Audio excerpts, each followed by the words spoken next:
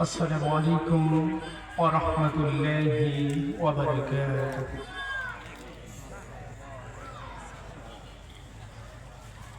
আল্লাহ তাআলা আপনাদের কেমন রেখেছেন?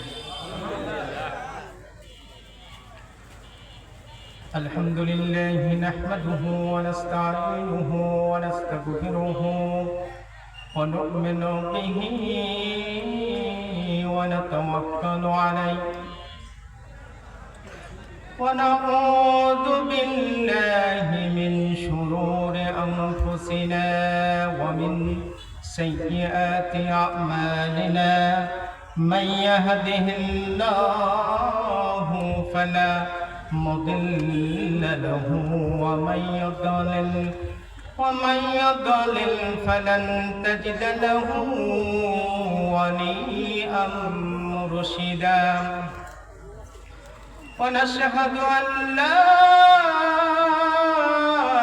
إله إلا الله وحده لا شريك له ونشهد أن سيدنا وسندنا ونبينا وشفينا وبشيرنا وحبيبنا وطبيبنا وطبيب أرواحنا محمدا عبده ورسوله الذي أرسله بالحق بشيرا ونذيرا وداعيا إلى الله بإذنه وسراجا منيرا أما بعد فقد قال الله تعالى في كلامه المجيد وفي الفرقان الحميد أعوذ بالله من الشيطان الرجيم بسم الله الرحمن الرحيم لا أصحاب النار وأصحاب الجنة أصحاب الجنة هم الفائزون إن الله وملائكته يصلون على النبي يا أيها الذين آمنوا صلوا عليه وسلموا تسليما আমরা সকলেই দরুদ ইব্রাহিম পড়ছি اللهم صل على محمد وعلى آل محمد كما صليت على إبراهيم وعلى آل إبراهيم إنك حميد مجيد اللهم بارك على محمد وعلى آل محمد كما باركت على إبراهيم وعلى آل إبراهيم إنك حميد مجيد. As we are a Muslim, as we are the Muslim, we have a constitution. As we are the Muslims, we have a constitution. যেহেতু আমরা মুসলমান সেহেতু আমাদের একটি সংবিধান আছে। তো আমাদের সংবিধানের নাম আরেকটু আসতে বলেন, we are Muslims, not a coward. We are Muslims, not a coward. Our loud will be high and gorgeous. Our voice will be high and full of strength. আমরা মুসলমান, আমরা কাপুরুষ নই। আমাদের কণ্ঠ হবে উচ্চ এবং শক্তিতে পরিপূর্ণ। কথা বলেন ঠিক কিনা? সমাজে একটি প্রচলিত কথা আছে, আপনারা শুনে থাকবেন। সমাজের মধ্যে অনাচার, দুরাচার, চাঁদাবাজি, দুর্নীতি, অশ্লীলতা, বেহায়াপনা, অল ডেভিল অ্যাক্টিভিটিস অর্থাৎ সমাজকে নষ্ট করে দেয়, ভেঙে দেয়, সমাজকে বিনষ্ট করে দেয়, এমন যত অ্যাক্টিভিটিসে আছে, এই সকল নষ্টামি, এই সকল ভণ্ডামি কাজের পিছনে সমাজের দুষ্ট লোকগুলি যতটা দায়ী, তার চেয়ে বেশি দায়ী সমাজের ভালো লোকগুলির নীরবতা। কথা বলেন ঠিক কিনা?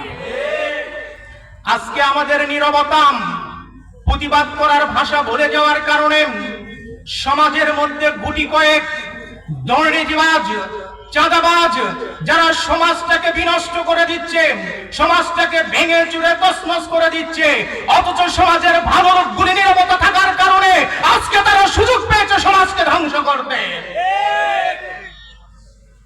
আমরা যখন আমাদের কথা বলার ভাষা হারিয়ে ফেলেছি, আমরা মানুষের ঠেটের কাছে মাথা নত করে দিয়েছি, অর্থের কাছে মাথা নত করে দিয়েছি, দুনিয়ার কাছে বিক্রি হয়ে গেছি, দুনিয়ার গোলাম হয়ে গিয়েছি, সেদিন থেকে অল্প কয়েকজন বাতিল সমাজের দ্বার প্রান্তে সমাজটাকে দখল করে নিয়েছে। কথা বলেন ঠিক কিনা? At the early age of Islam, at the first stage of Islam, at the primary stage of Islam, ইসলামের প্রাথমিক যুগ, প্রিয় নবী সাল্লাল্লাহু আলাইহি ওয়াসাল্লাম দাওয়াতি কাজ শুরু করেছিলেন। বলেন তো, দাওয়াতি কাজটা তিনি অফেন্সিভ করেছিলেন না ডিফেন্সিভ? প্রকাশ্যে করেছিলেন না গোপনে? At the first age of the Islam, ইসলামের প্রাথমিক যুগে, আলোচনাটা বোঝার চেষ্টা করবেন। ইসলামের প্রাথমিক যুগে প্রিয় নবী সাল্লাল্লাহু আলাইহি ওয়াসাল্লাম ইসলামের দাওয়াত কাজ গোপনে করেছেন না প্রকাশ্যে? গোপনে করেছেন। কেন গোপনে করলেন? কারণ মাঠ প্রিয় নবী সাল্লাল্লাহু আলাইহি ওয়াসাল্লামের পক্ষে ছিল না, মাঠ মুসলমানদের পক্ষে ছিল না। তাই প্রিয় নবী সাল্লাল্লাহু আলাইহি ওয়াসাল্লাম কোনো রিস্ক নিলেন না, তিনি ডিফেন্সিভ ভূমিকা পালন করলেন, অফেন্সিভ ভূমিকা পালন করেন নি। প্রিয় নবী সাল্লাল্লাহু আলাইহি ওয়াসাল্লাম দাওয়াতি কাজ চালিয়ে যাচ্ছিলেন। আল্লাহ রাব্বুল আলামিনের পক্ষ থেকে যে ওহীগুলো প্রিয় নবী সাল্লাল্লাহু আলাইহি ওয়াসাল্লামের উপর আসছিল, আল্লাহ নবী সাল্লাল্লাহু আলাইহি ওয়াসাল্লাম সেই ওহীর আলোকে নবদীক্ষিত মুসলমানদেরকে তালিম দিয়েছিলেন। বলেন তো, নবদীক্ষিত মুসলমানদেরকে তালিম দিয়েছিলেন এটা গোপনে না প্রকাশ্যে? গোপনে না প্রকাশ্যে? গোপনে তালিম দিয়েছিলেন। এটাও ডিফেন্সিভ, এটা অফেন্সিভ ছিল না।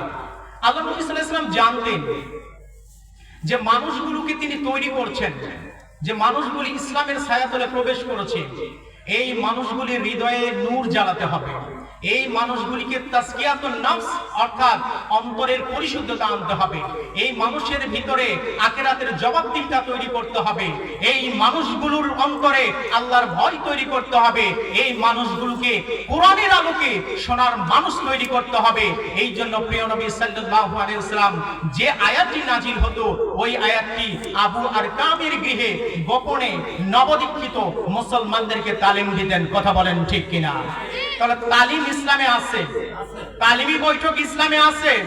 তো ইসলামে তালিমি বৈঠক আছে। আল্লাহ নবী ভালো করেই জানতেন, মানুষের হৃদয়ে যদি আল্লাহর ভয় জাগ্রত করা না যায়, এই মানুষের হৃদয়ে যদি কোরআনের নূর দিয়ে হৃদয়টাকে পরিচ্ছন্ন করা না যায়, এই মানুষগুলোকে যদি আখিরাতের জবাবদিহিতা না করা যায়, যে মানুষের চরিত্র খারাপ, যে দুর্নীতি করে, যে অন্যায় করে, যে চাঁদাবাজি করে, এই সকল দুর্নীতিবাজ, এই সকল চাঁদাবাজ, এই সকল দুশ্চরিত্র, যাদের আখিরাতের জবাবদিহি নাই, এই মানুষগুলো মানুষগুলোকে গ্রামের সামান্য ছোট্ট চেয়ার থেকে রাষ্ট্রের বড় বড় চেয়ার পর্যন্ত এই মানুষগুলোকে বসালে ওই চেয়ারও নষ্ট, ওই রাষ্ট্র নষ্ট। কথা বলেন ঠিক কিনা?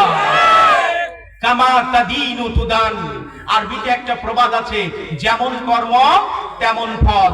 আপনি যদি কাঁটাযুক্ত ঝোপঝাড় লাগিয়ে সেখান থেকে আঙ্গুর ফলের আশা করেন, পাবেন না কাটাই পাবেন?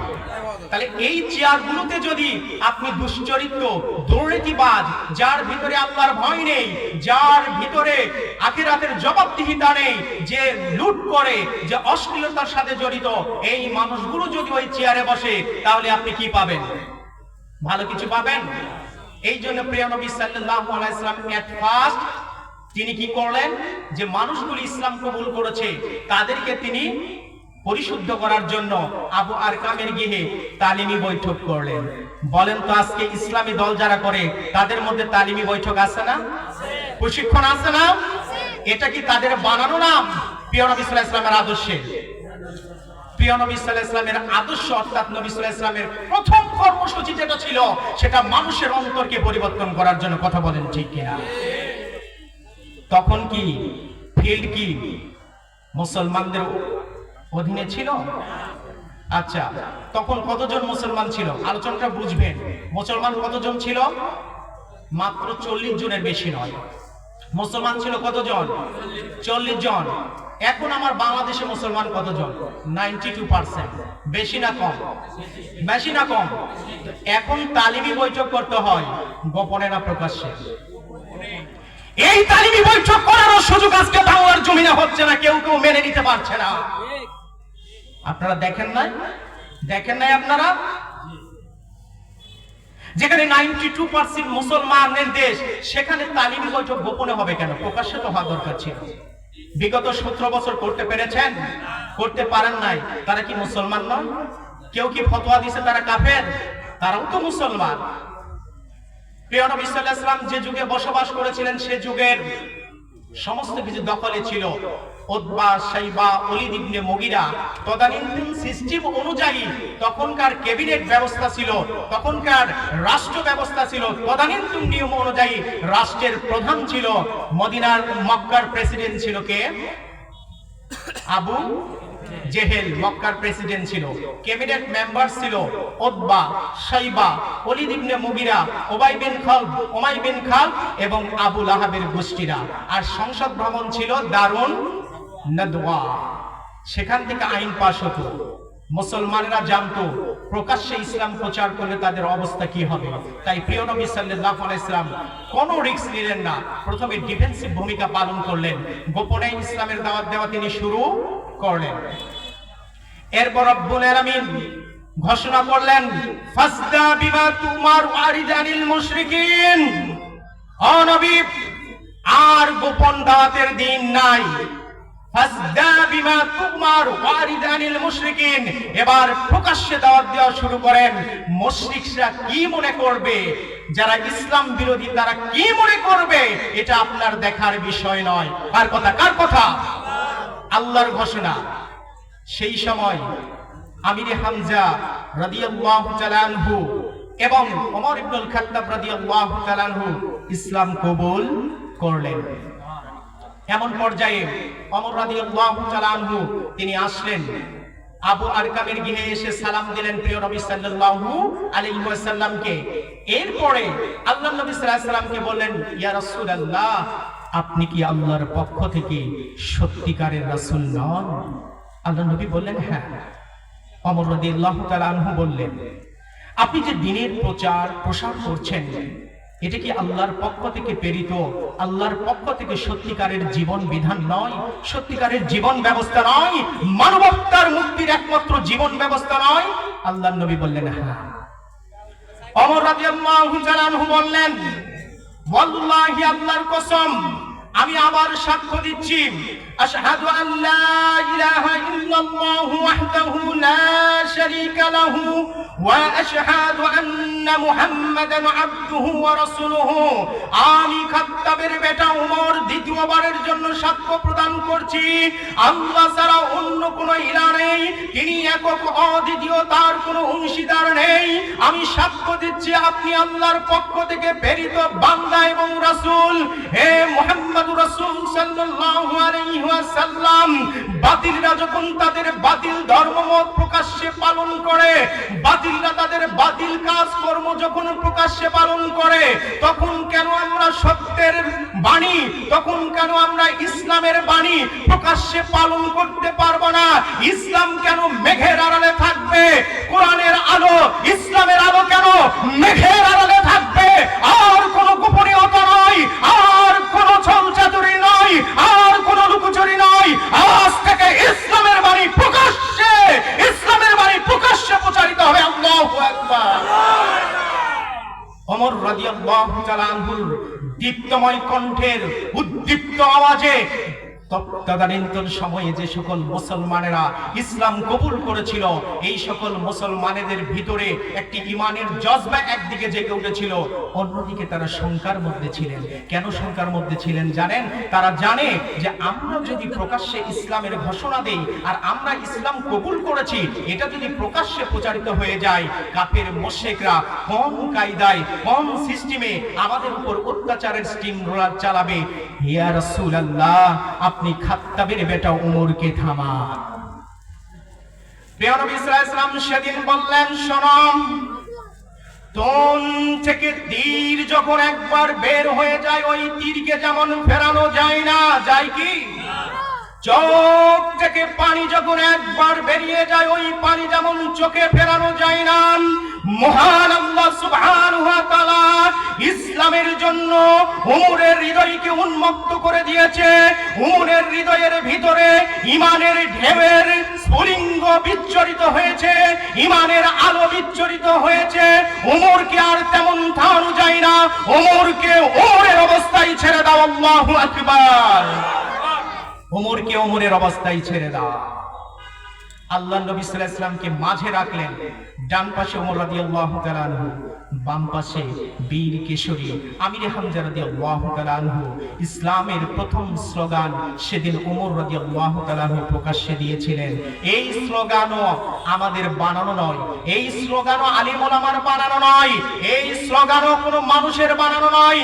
আল্লাহ রাব্বুল আলামিন বললেন, ইয়া আইয়ুহাল মুদ্দাসির কুম ফাআনজির ওয়া রাব্বুকা ফাকাব্বির। আল্লাহ নবী সাল্লাল্লাহু আলাইহি ওয়াসাল্লামের উপর ওহী নাযিল হয়েছিল। জিবরাইল আলাইহিস সালামের সাথে দেখা হওয়ার পর তিনি কিছুটা ভীত সন্ত্রস্ত ছিলেন, তার গায়ে জ্বর এসেছিল, তাকে চাদর দিয়ে ঢেকে দেওয়া হয়েছিল। আল্লাহ রাব্বুল আলামিন বললেন, ইয়া আইয়ুহাল মুদ্দাসির, হে চাদর আবৃতওয়ালা, হে চাদর দিয়ে নিজেকে ঢাকনিওয়ালা, কোন দাঁড়ান, ফাআনজির, এখন আপনি ভীতি প্রদর্শন করেন, মানুষকে সতর্ক করেন, ওয়া রাব্বাকা ফাকাব্বির, আপনার রবের নামে তাকবীর দেন। এটা কার কথা? কার কথা? তাকবীর কার নামে দিতে হবে? আল্লাহ বলেছেন।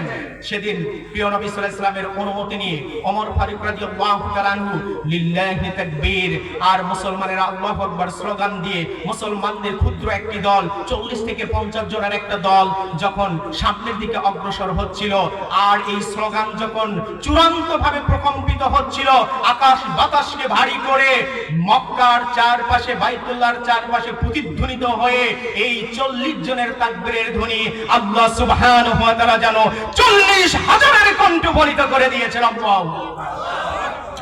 এমন সময়ে মক্কার ঘর থেকে নারী পুরুষ সকলেই বেরিয়ে রাস্তায় নেমে এসেছে। উতবা, সাইবা, ওলীদ ইবনে মুগীরা, আবু জেহেলের নেতৃত্বে দারুন নওদায় বৈঠক করছিল এবং তারা চিন্তা করেছিল কি ব্যাপার, মক্কার বুকে লিল্লাহি তাকবীর আল্লাহু আকবারের স্লোগান দেয় কে যেন দৌড়ে গিয়ে বলতেছে, নেতা আপনারা কি জানেন মুহাম্মদ ইবনে আব্দুল্লাহর নেতৃত্বে একটা মিছিল মক্কার দিকে চলে যাচ্ছে।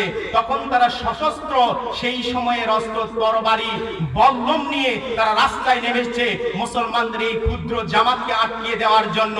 যখন তারা রাস্তার পাশে এসে দাঁড়িয়েছে, ওমর রাদিয়াল্লাহু তাআলা আনহু প্রিয় নবী সাল্লাল্লাহু আলাইহি ওয়াসাল্লামের অনুমতি নিয়ে একটি উঁচু জায়গায় দাঁড়ালেন।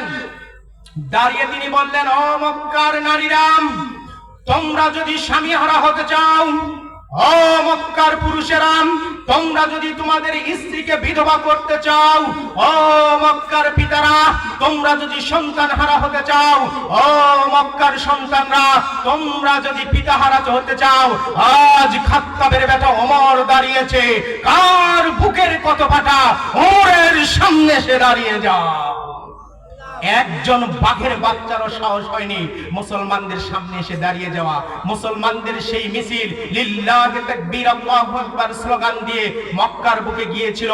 প্রকাশ্যে 2 রাকাত নফল সালাত প্রিয় নবীর নেতৃত্বে আদায় হয়েছিল। ও বাংলার মুসলমান, আমরা সেই উমর ইবনুল খাত্তাবের অনুসারী, আমরা সেই আমির হামজার উত্তরসূরি, আমরা সেই হাসানুল বান্না, খালিদ বিন ওয়ালিদ, আমরা সেই সুলতান সালাউদ্দিন আইয়ুবী, আমরা সেই শাহজালাল আমিনী, আমরা সেই আত্মকুল গাজীর উত্তরসূরি, আমরা সেই আল্লামা দেলোয়ার হোসেন সাইদের উত্তরসূরি।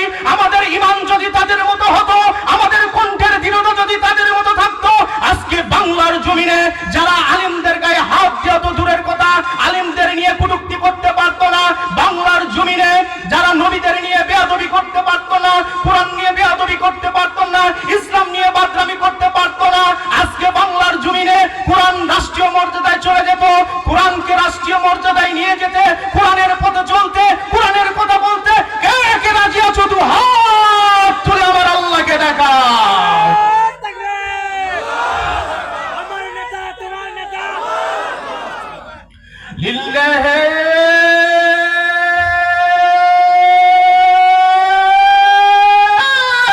তাকবীর, লিল্লাহি তাকবীর। আল কোরআনের আলম, সংসদে জালো, বিচারালয়ে জালো, সচিবালয়ে জালো, সারা বাংলায় জালো, কোরআন সুন্নাহ যেখানে, লিল্লাহি তাকবীর। ভয় পাচ্ছেন আপনারা? এখন আর ডিফেন্সিভ না, এখন সব হবে অফেন্সিভ। জীবনের সকল ক্ষেত্রে প্রশংসা হবে কার? যে মহান আল্লাহ সুবহানাহু ওয়া তাআলা আমাদেরকে এলাকার হাজার হাজার মানুষের মাঝ থেকে বাছাই করে কোরআনের মাহফিলে আসার তৌফিক দান করেছেন। সেই রবের জন্য আমরা ধন্যবাদ জানাবো, সেই রবকে। সেই রবের জন্য আমরা অন্তরান্তঃস্থল থেকে তার দেওয়া জবান দিয়ে, তার ভাষায় আমরা শুকরিয়া আদায় করছি, কালিমাতে শুকর আদায় করছি। আমরা সকলেই বলছি আলহামদুলিল্লাহ। আর একটু আস্তে বলেন আলহামদুলিল্লাহ। রব্বানা লাকাল হামদ হামদান কাসীরান তাইয়িবান মুবারাকান ফীহি। দরুদ তাসলিম পেশ করছি বিশ্ব নবী, প্রিয় নবী, জননন্দিত নেতা, রাহমাতাল লিল আলামিন, প্রিয় নবী হযরত মুহাম্মদুর রাসূলুল্লাহ সাল্লাল্লাহু আলাইহি ওয়াসাল্লাম। সম্মানিত উপস্থিতি, 2 দিন ব্যাপী ঐতিহাসিক তাফসীরুল কোরআন ওয়াজ মাহফিলের আজকের দ্বিতীয় দিন। দ্বিতীয় দিন না, আজকের দ্বিতীয় দিন, শেষ দিন, সমাপনী দিন। আজকে আপনাদের জন্য একটা চমকটা হলো, আজকে এই বিজ্ঞাপন সাজানো হয়েছে, আজকের এই মঞ্চকে সাজানো হয়েছে সকল ইয়াংস্টার দিয়ে। আল্লাহু আকবার বলেন। ইয়াংস্টার, আজকের মাহফিলের যিনি প্রধান অতিথি ডাক্তার মোহাম্মদ ফজলুর রহমান সাইদ স্যার, তিনি আসছেন, আপনাদের সামনে উপস্থিত হবেন, সালাম বিনিময় করবেন। তিনিও আমাদের জন্য ইয়াংস্টার। এছাড়া বিশেষ অতিথির মধ্যে যারা আজকের মঞ্চকে আলোকিত করবেন, জনাব এস এম রাশেদুল আলম সবুজ, জনাব অধ্যক্ষ মাওলানা সাদুজ্জামান, জনাব নূর মোহাম্মদ আবু তাহের, ডক্টর মোহাম্মদ ফয়সাল আহমেদ পারভেজ, অধ্যক্ষ আমিনুল ইসলাম, শিক্ষানবিশ, আইনজীবী, আপনাদের এলাকার তরুণ রাজনীতিবিদ, তরুণ নেতা শামীম হোসাইন মন্ডল সহ এক ঝাঁক নক্ষত্র দিয়ে আজকের মঞ্চকে সাজানো হয়েছে। এটা আমাদের জন্য সৌভাগ্য। আল্লাহু আকবার। আজকে বাংলাদেশের একটি নতুন দিগন্ত হয়েছে, বাংলাদেশ একটি নতুন রূপ ফিরে পেয়েছে। আমরা স্বপ্ন দেখছি এবং স্বপ্ন বাস্তবায়নের জন্য আমরা কয়েক ধাপ এগিয়ে গিয়েছি। কাদের হাত ধরে জানেন? আজকে বাংলাদেশ নিয়ে আমরা স্বপ্ন দেখছি ইয়াংস্টার যারা ছাত্র সমাজ, যারা তরুণ সমাজ, তাদের ত্যাগের বিনিময়ে আমরা স্বপ্ন দেখার সুযোগ পেয়েছি। কথা বলেন ঠিক কিনা? আর আমাদের পিছন থেকে পরামর্শ দিচ্ছে আমাদের মুরব্বীরা, আমাদের রাহবাররা, যে তরুণ সমাজ আজকে জেগে উঠেছে রাষ্ট্রকে পরিবর্তন করার জন্য, সমাজকে পরিবর্তন করার জন্য। আমরা এই তরুণদের পাশে থাকতে চাই কি চাই না? কে কে চান একটু দুহাত তুলে দেখান। আমরা এই তরুণদের পাশে থেকে আমাদের সমাজ এবং আমাদের রাষ্ট্রকে নতুন রূপে সাজাতে চাই। গ্রামের একটা ঘর থেকে রাষ্ট্রের সর্বোচ্চ পর্যায় পর্যন্ত বাংলাদেশের সবুজের বুকে লাল থাকবে চিরকাল, এমন একটি খচিত পতাকা পথ করে উঠবে, তার পাশেই কালেমার পতাকা উঠবে। এটা আমরা চাই কি চাই না? এই জন্য তরুণদের পাশে থাকা দরকার আছে কিনা? আল্লাহ রাব্বুল আলামিন সকল স্পেশাল গেস্ট, চিফ গেস্ট সকলকে আল্লাহ রাব্বুল আলামিন কবুল করুন এবং তাদেরকে হায়াতে তাইয়্যিবা দান করুন। আল্লাহুম্মা আমিন। আজকে মঞ্চের সামনে উপস্থিত তাওহীদি জনতা, আইন শৃঙ্খলায় নিয়োজিত প্রশাসনের ভাইরা, জাতির জাগ্রত বিবেক সাংবাদিক বন্ধুগণ সহ পর্দার অন্তরালে আমার প্রিয় নারী সমাজ যারা উপস্থিত হয়েছেন, সকলকে আন্তরিক মোবারকবাদ, ধন্যবাদ জানিয়ে আমি আমার মূল আলোচনার দিকে চলে যাচ্ছি। আজকে যে আলোচনাটা আপনাদের সামনে উপহার দেব, আজকের আলোচনার বিষয় আমার মৃতদেহ নিয়ে আল্লাহ কি করবেন। আলোচনার বিষয় কি ঠিক করলাম? আমার মৃতদেহ নিয়ে আল্লাহ কি করবেন। বিষয় একটি গুরুত্বপূর্ণ, জীবন ঘনিষ্ঠ, তত্ত্ব ও তথ্য সম্বলিত আলোচনা। প্রতিপালক তুমি বড় দয়াবান, প্রতিপালক তুমি বড় ক্ষমাবান রব্বুল আলামিন। আমরা যেন কোরআন সুন্নাহর আলোকে, বাস্তবতার আলোকে সত্য কথা মানুষের সামনে প্রচার করতে পারি। আর যারা উপস্থিত হয়েছেন নারী পুরুষ সকল শ্রোতাকে ধৈর্য সহকারে শোনার তৌফিক দান করুন। আমরা সকলে বলি আল্লাহুম্মা আমিন।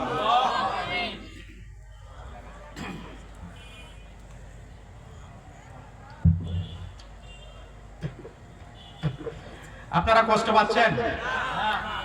আপনাদের প্রধান আকর্ষণ আসার আগ পর্যন্ত যে বিষয়টা আপনাদের সামনে উপস্থাপন করলাম, এই বিষয়ে কথা বলার চেষ্টা করব ইনশাআল্লাহ। বাংলাদেশে সারা বিশ্বের জনসংখ্যা প্রায় 800 কোটি। কত কোটি? 800 কোটি। এর মধ্যে মুসলমানের সংখ্যা প্রায় 200 কোটি। মুসলমানের সংখ্যা প্রায় 200 কোটি। এই 200 কোটি মুসলমানের মধ্যে বিভিন্ন টাইপের মুসলমান আছে। এক শ্রেণীর মুসলমান আছে যারা 5 ওয়াক্ত সালাত জামাতের সাথে আদায় করে, 1 ওয়াক্ত সালাত মিস হলে কষ্ট পায়। এরকম মুসল্লি আছে কিনা? 1 ওয়াক্ত যদি জামাতের সাথে মিস হয় কষ্ট পায়। সালাত আদায় করে, সিয়াম পালন করে, যাদের উপর হজ ফরজ হয়েছে হজ আদায় করে, যাকাত ফরজ হয়েছে জাকাত দেয়। আর বাংলার জমিনে দ্বীনকে প্রতিষ্ঠা করার জন্য, ইসলামকে প্রতিষ্ঠা করার জন্য মাঠে জীবন দিয়ে, সম্পদ দিয়ে প্রাণান্তর লড়াই করে। এমন মুসলমান আছে কিনা? এরা এক শ্রেণীর মুসলমান, 1 নাম্বার। 2 নম্বর মুসলমান যারা 5 ওয়াক্ত সালাত মসজিদে জামাতের সাথে আদায় করে না, 2-3 ওয়াক্ত আদায় করে আর বাকিটা বাড়িতে আদায় করে। এরকম মুসলমান আছে কিনা? আরেক শ্রেণীর মুসলমান যারা 5 ওয়াক্ত ফুল আদায় করে না, 2 ওয়াক্ত 3 ওয়াক্ত যখন মন চায় তখন আদায় করে। এই কিসিমের মুসলমান আছে কিনা? আবার আমাদের সমাজে এমন কিছু মুসলমান আছে যাদের মুসলমানিত্ব ধরে রাখার জন্য শুধুমাত্র শুক্রবার জুমার দিনে সালাত আদায় করে। এরকম মুসলমান আছে না? আবার কিছু মুসলমান আছে তারা জুমার দিনে না, 2 ঈদের সালাত আদায় করে নিজেকে প্রমাণ করতে চায় আমি মুসলমান। আছে না? আবার কিছু মুসলমান আছে শুধুমাত্র জানাজায় উপস্থিত হয়ে জানাজার সালাত আদায় করে বলে আমি মুসলমান।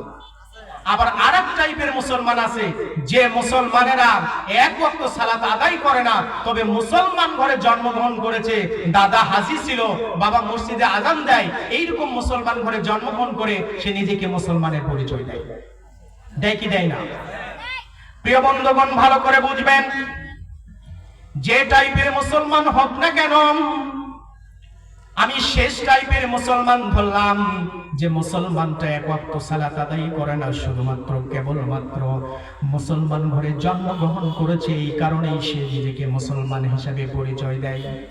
যখন আপনাদের এলাকায় কোনো মানুষ মারা যাবে, শিল্পপতি হতে পারে, ধনী লোক হতে পারে, এমন কোন মুসলমান মারা গেল, বিশিষ্ট লোক মারা যাওয়ার সঙ্গে সঙ্গে মসজিদের মাইক থেকে অ্যানাউন্স আসে কিনা, অমুক গ্রামের অমুক ব্যক্তি মারা গিয়েছে, আলহাজ আব্দুর রহমান সাহেব, শিল্পপতি মানুষ। মিডিয়াতে খবর চলে যায়, Facebook, internet, Twitter, WhatsApp, imo, Messenger, all kinds of information technology, তথ্য প্রচার যত টেকনোলজি আছে সব টেকনোলজির মাধ্যমে খবর ছড়িয়ে যায়। এমনকি মিডিয়ায়, টিভিতেও খবর দেখায় অমুক গ্রামের অমুক শিল্পপতি মারা গিয়েছে, এরকম খবর পাওয়া যায় কি যায় না? যাই তো। বলেন তো, এরকম খবর শোনার পরে যখন আপনাদের কণ্ঠে আওয়াজটা আসে, তখন আপনারা একটা দোয়া পড়েন। কি দোয়া পড়েন? একটু জোরা বলেন তো, কি বলেন? ইন্না লিল্লাহি ওয়া ইন্না ইলাইহি রাজিউন। বলি কি বলি না? আমরা তো জানি কেউ মারা গেলে মৃত ব্যক্তির জন্য এই দোয়া। আসলে শুধুমাত্র মৃত ব্যক্তির জন্য এই দোয়া নয়। আমরা বললাম আল্লাহ, এটা কখন কখন পড়তে হয় এই দোয়াটা? রব্বুল আলামিন বললেন, আল্লাযীনা ইযা আসাবাতুহুম মুসিবা ক্বালু ইন্না লিল্লাহি ওয়া ইন্না ইলাইহি রাজিউন। আল্লাহু আকবার। বলি কি বলি না? রব্বুল আলামিন বলছেন, আমার মুমিন বান্দা, আমার ইমানদার বান্দারা যখন কোনো বিপদ পড়ে, তাদের উপর কোনো বিপদ, কোনো মুসিবত চলে আসে, তখন আমার মুমিন বান্দারা বিচলিত হয় না, হতাশ হয় না। বিপদ আসলেই তখন এক বাক্যে বলে, ইন্না লিল্লাহি ওয়া ইন্না ইলাইহি রাজিউন। এক বাক্যে বলে, হতাশ হয় না। এখন বলেন তো, এটার অর্থ কি কে জানেন? সবাই জানেন তো এর অর্থ? জেনে পড়েন তো। এইরকম একটা খবর শোনার সঙ্গে সঙ্গে যে ব্যক্তি এক ওয়াক্ত সালাত আদায় করে না, সেও শুদ্ধ উচ্চারণ না জানলে দোয়া পড়ে কি পড়ে না? জানে কি? জানে না। কিন্তু এই দোয়ার অর্থ যদি আপনি জানতেন, উপলব্ধি করতেন, একটা দোয়া আপনার জীবনটাকে পরিবর্তন করে দিত।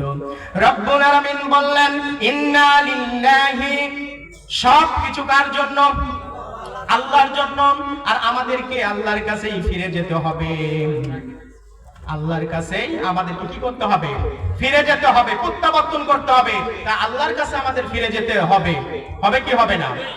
রব্বুল আলামিন বলেন, কুল্লু নাফসিন যায়িকাতুল মাউত সুম্মা ইলাইনা তুরজাউন। রব্বুল আলামিন বললেন, প্রাণ আছে যার মৃত্যু হবে। প্রত্যেক ব্যক্তিকেই মৃত্যুর স্বাদ গ্রহণ করতে হবে। Every soul taste death and they will be come back to me. কার কথা? কার কথা?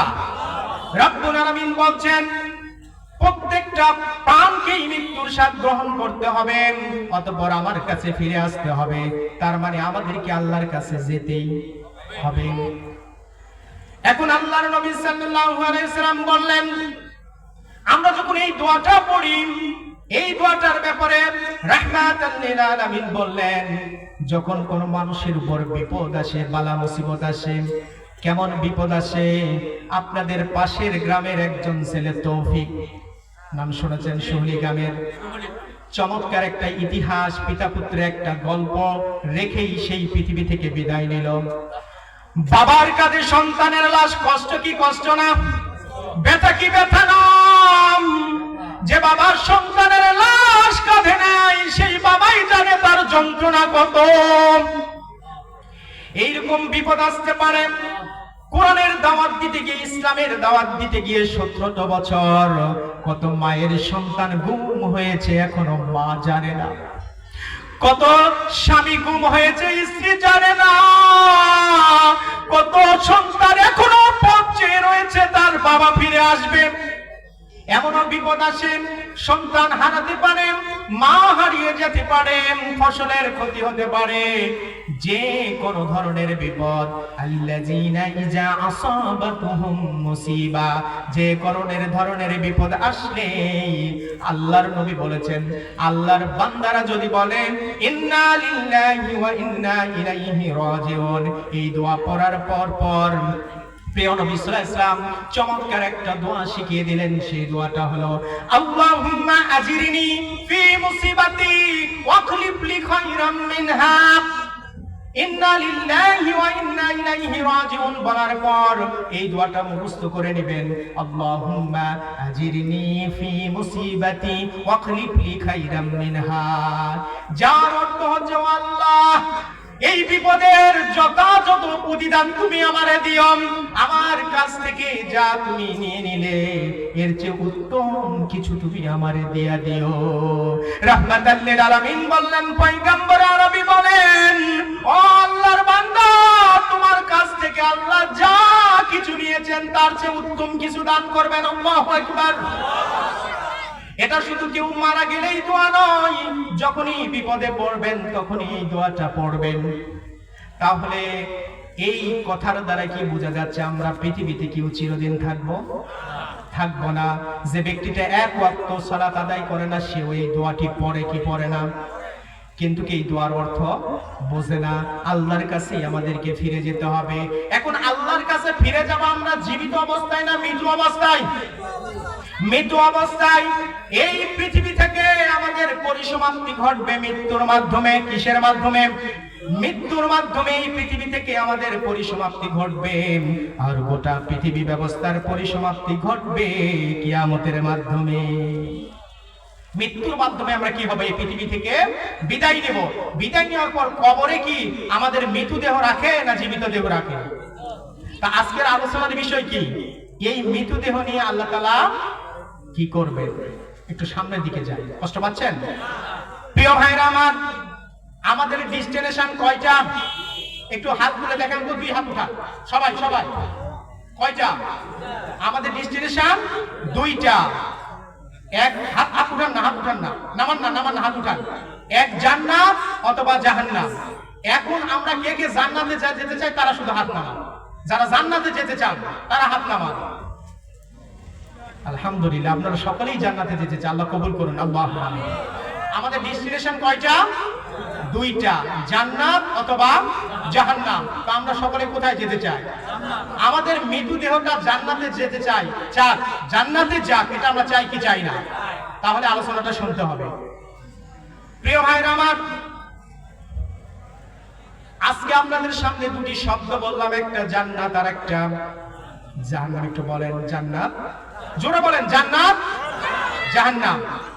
আচ্ছা বলেন তো, আজকে এই যে আপনাদের সামনে জান্নাত এবং জাহান্নামের কথা বললাম, এই দুটি শব্দ আজকে ছাড়া এর আগে শোনেননি এমন কোন অষ্টম আশ্চর্যবান ব্যক্তি থেকে থাকলে হাত উঠান যে হুজুর আজকে আপনি বলেছেন, এর আগে আমরা শুনি নাই, আজকেই প্রথম শুনলাম। এরকম কেউ কি আছেন? তার মানে সকলেই শুনেছি।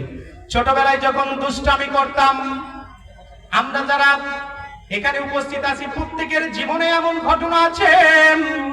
ছোটবেলায় যখন আমরা দুষ্টামি করতাম, মিথ্যা কথা বলতাম, অশ্লীল কথা বলতাম, তখন দাদি কাছে ডেকে নিত, দাদা কাছে ডেকে নিত, কখনো কখনো বাবা নিত, কখনো কখনো মা নিত।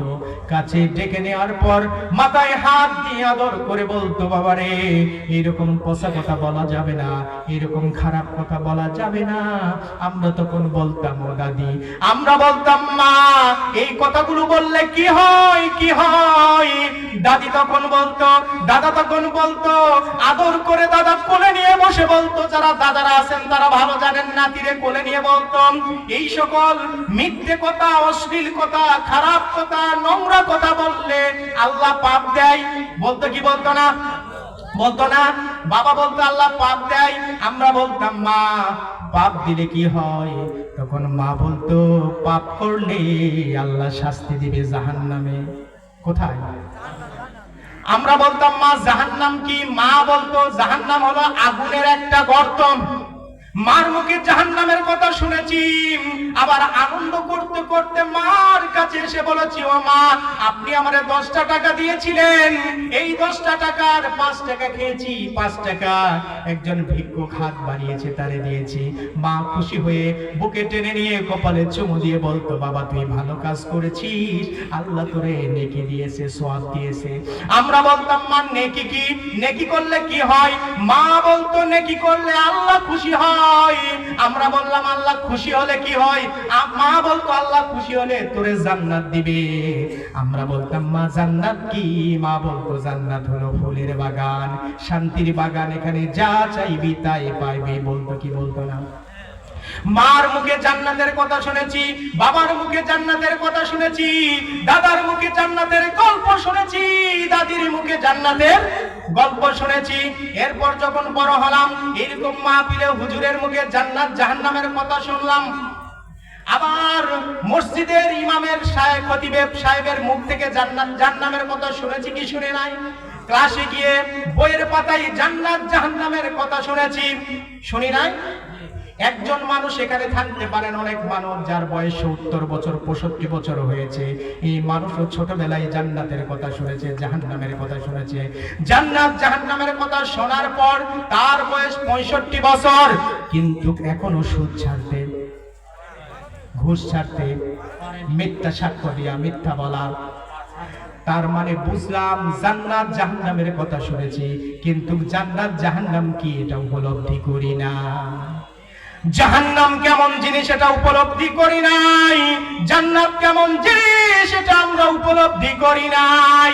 আমরা যদি জানতাম জাহান্নাম কত কষ্টের জায়গা, আমরা যদি জানতাম জাহান্নামের খাবারগুলো কষ্টের, তাহলে আমরা এই জাহান্নাম থেকে বাঁচার জন্য আপ্রাণ চেষ্টা করতাম।